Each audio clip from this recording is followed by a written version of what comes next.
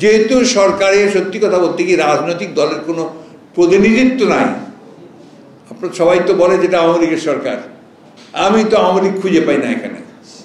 আমি যেটা বারবার আপনাদেরকে এর আগেও বলেছি যে এটা মূলত একটা আপনার এখন পুরোপুরিভাবে একটা অদৃশ্য একটা শক্তি, যে শক্তি এই দেশকে পরিচালনা করার চেষ্টা করছে, সেই শক্তির একটা সরকার। এবং আপনি দেখুন যে যেখানে এই সমস্ত বাহিনীর প্রধানরা তারা যে ভাষায় প্রকাশ্যে কথা বলে, মনে হয় না যে কোনো রাজনৈতিক নেতৃত্ব এই দেশে রয়েছে বা তাদের এই নেতৃত্ব এই দেশে রয়েছে। সুতরাং আমরা মনে করি যে এই দেশে প্রকৃতপক্ষে আওয়ামী লীগের কোনো সরকার এখানে নেই। এখানে যে সরকারটা আছে সেটা হচ্ছে পুরোপুরিভাবে আপনার সেই আপনার যারা যারা আপনার দেশকে নিয়ন্ত্রণ করছে এবং দেশে একটা অরাজনৈতিক একটা সরকার পরিচালনা করছে, তাদেরই সরকার এটা পরিচালিত হচ্ছে। দুর্ভাগ্যজনকভাবে হলেও সত্য যে সরকারি যে প্রতিষ্ঠানগুলো আছে, এই প্রতিষ্ঠানদের বিশেষ করে আইন শৃঙ্খলা সঙ্গে যারা জড়িত, আইন শৃঙ্খলা বাহিনীর সঙ্গে জড়িত, তাদের কিছু নেতার কর্মকর্তার মধ্যে একটা বাড়তি একটা আপনার উদ্যোগ দেখা যায় যে আপনার যে কোনোই হোক বিরোধী মত পথকে তাদেরকে দমন করতে হবে, বিরোধী পক্ষকে কোনো মতেই আপনার এখানে তাদের যেটা ন্যায্য অধিকার যে আপনার সভা করা, সমাবেশ করা, মিছিল করা, সেই অধিকারগুলো তাদেরকে বঞ্চিত করতে হবে।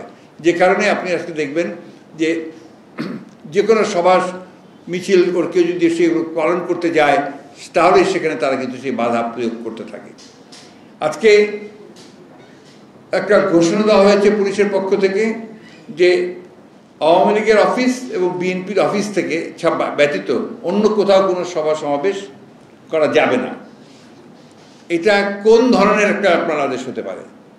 আপনার তারা কি কোনো 144 ডিক্লেয়ার করেছে সারা ঢাকা শহরে? করেনি। হ্যাঁ, ঢাকা শহরে আপনার একটা আছে যে ডিএমপির একটা অধিকার আছে, একটা আইন আছে যে ডিএমপির অনুমতি নিতে হয়। তো যদি তারা কেউ অনুমতি নিয়ে করতে চায়, তারও কি তারা সেখানে দেবে না? আজকে যে জিনিসটা দাঁড়িয়েছে যে আজকে ছাত্রদেরকে এই যে অত্যাচার, নির্যাতন, নিপীড়ন, অ্যারেস্ট করা হচ্ছে, এটার মধ্যে একমাত্র কারণ হচ্ছে যে গণতান্ত্রিক স্পেসটা তাদের নিয়ে নেওয়া হয়েছে। এটা কিন্তু আপনাদের অবশ্যই মনে রাখতে যে একটা স্পেস, একটা প্রতিবাদ করবার জন্য যে স্পেস, সেই স্পেসটা নিয়ে নেওয়া হয়েছে। এটা তারা দীর্ঘকাল ধরে 14, 15 বছর, 16 বছর ধরে তারা এই কাজটি করে চলেছে।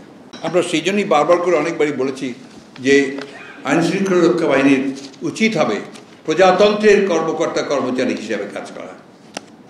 তাদের শুধুমাত্র কোনো দল বা ব্যক্তির নির্দেশে চলার কোনো আপনার সেটার কোনো বিধান আমরা বাংলাদেশের সংবিধানেও দেখিনি, বাংলাদেশের কোথাও আমরা সেটা পাইনি।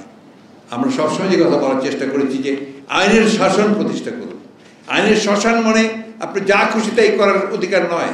আইনের শাসন মনে হচ্ছে আপনাকে সংবিধানে যা আছে এবং সেই বিষয়গুলোকে নিয়েই আপনাকে সামনের দিকে যেতে হবে। প্রিয় সাংবাদিক বন্ধুগণ, আরেকটা বিষয় গতকাল আমি আমার বিবৃতির মধ্যে বলেছি, একটা ভয়াবহ কাণ্ড ঘটছে যেটা অতীতে আমরা সেইভাবে দেখেছি, কিন্তু এইভাবে দেখিনি। রিমান্ডে অমানবিক নির্যাতন করা হচ্ছে রাজনৈতিক নেতাদেরকে। আমরা বলেছি ডাকসুর ভিপি নুরুল, তাকে যেভাবে আটক করার পরে রিমান্ডে নিয়ে তাকে যে নির্যাতন করা হয়েছে যে সে দাঁড়াতে পারছে না, দুইজনের উপর ভর করেও সে দাঁড়াতে পারছে না।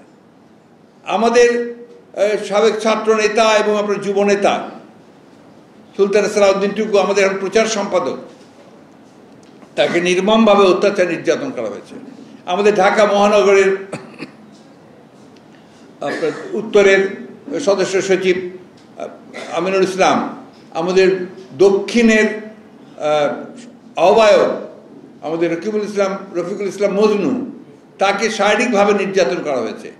এইরকম আপনার আমাদের নেতৃস্থানীয়দের কথা বললাম, অনেককেইভাবে শারীরিকভাবে নির্যাতন করা হয়েছে এবং নিচের ছেলে পেয়েদের কথা, যাকে ধরেছে তাকে নিয়ে গিয়ে তারা নির্যাতন করেছে। ছাত্রদলের যাদেরকে অ্যারেস্ট করেছে তাদের সম্পর্কে আমি শুনেছি যে কোনো কথা নেই, প্রথমে প্রচণ্ড নির্যাতন। নাহিদের নিশ্চয়ই আপনারা একটা ছবি দেখেছেন ছাত্র নেতাদের, যে তার সমস্ত শরীরে আঘাতের চিহ্ন, বিশেষ করে তার আপনার থাই যেটা, সেই থায়ের মধ্যে সমস্ত শরীর লাল এবং কালো হয়ে আছে। এটা কারণটা একটাই যে তাকে নির্মমভাবে অত্যাচার করা হয়েছে, সে সেই জন্য কোনো যে আপনার ফুল প্যান্ট বা পাজামা পরতে পারছে না। তো এই বিষয়গুলো তো অবশ্যই জাতি তো আপনার একেবারে বোকা নয় যে তারা এই সমস্ত বিষয়গুলো তারা বোঝে না। এবং আপনারা দেখেছেন যে শিশু কিশোরদেরকেও এরা আটক করতে দ্বিধা করেনি। এবং যে জায়দি যে ছেলেটাকে আপনারা দেখেছেন, জায়দি তো নাম বোধ হয়, ফাইজা কিশোর ফাইয়াজ, তাকে এখন বাধ্য হয়েছে আপনার এখন আবার ওই যে আপনার কিশোর যে সংশোধনাগারে পাঠাতে বাধ্য হয়েছে। অথচ সে একটা কিশোর, তাকে আটক করারই বা কি দরকার ছিল? আবার এই নাটকটা করারই বা কি দরকার? তাই রিমান্ডেরও একটা নির্দেশ দেওয়া হয়েছে। গোটা সিস্টেমটাই এখন আমাকে হয়েছে যে এটা শুধুমাত্র নির্যাতনের জন্য, টর্চারের জন্য করা হচ্ছে।